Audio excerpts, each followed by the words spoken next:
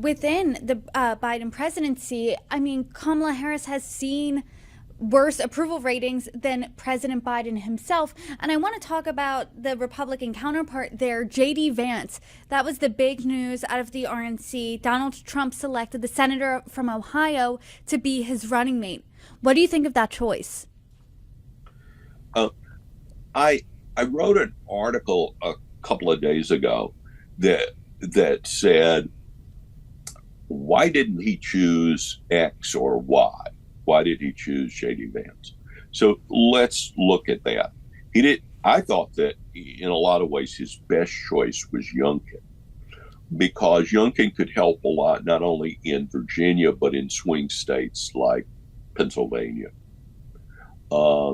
He didn't, it's unclear, some of the others, why he didn't choose them. But I think, first of all, Vance is whip smart. Secondly, Trump was willing to ignore some very harsh statements that Vance had made earlier against Trump, because Vance has obviously changed his position. Now, you could say that's opportunistic, but I think Vance sees which side his bread is buttered on, and this is Trump's party, and you do not want to be against Trump. I thought the reason to choose a guy like Youngkin was that the thing that undid Trump last time was that he was never able to get control of the permanent government, what some people call the deep state or the permanent bureaucracy. So a really competent guy who's been in business and then led a state government would be helpful there. And I do think that Trump will have some of those people around him, led probably by John Ratcliffe, but who is formerly the head of DNI and so forth. And a lot of his people are experienced now at managing the government from the first. But I think what the J.D. Vance selection tells you is that Trump is completely confident he will win. He is not picking somebody who will help him to the extent any vice president can in swing states. He's picking somebody who is a MAGA Republican to continue the party in that vein after his presidency. Because remember, Trump will be a lame duck on the day he removes his hand from the Bible.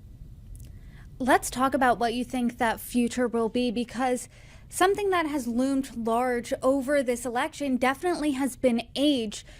I mean, Bill Clinton, as of right now, is younger than both Trump and Biden, and he was president 30 years ago. So J.D. Vance is 39 years old, not a career politician, was elected to the Senate in 2022, is less of a traditional Republican, more of that Trump MAGA Republican.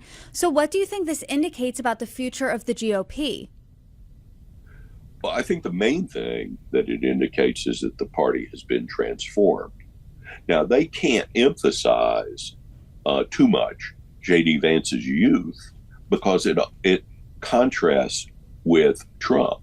What they'll do is contrast the vigor of Vance and Trump against Biden's decrepitness if Biden stays in. And then, if J.D. Vance will just shred Kamala Harris in a debate. He's just whip smart, and he's a great debater. But I think what it all indicates is that they're building not so much a youth movement, but a working class movement. I mean, this is a guy who can go into a rural community. I grew up in a town of 2,000 people. The main industry was farming. The second largest industry was crushing soybeans for their soybean oil. So, but it was mostly cotton farming and soybeans. 2,000 people. That's how many people lived in the town. J.D. Vance can go into a town like that. Kamala Harris just flies over it.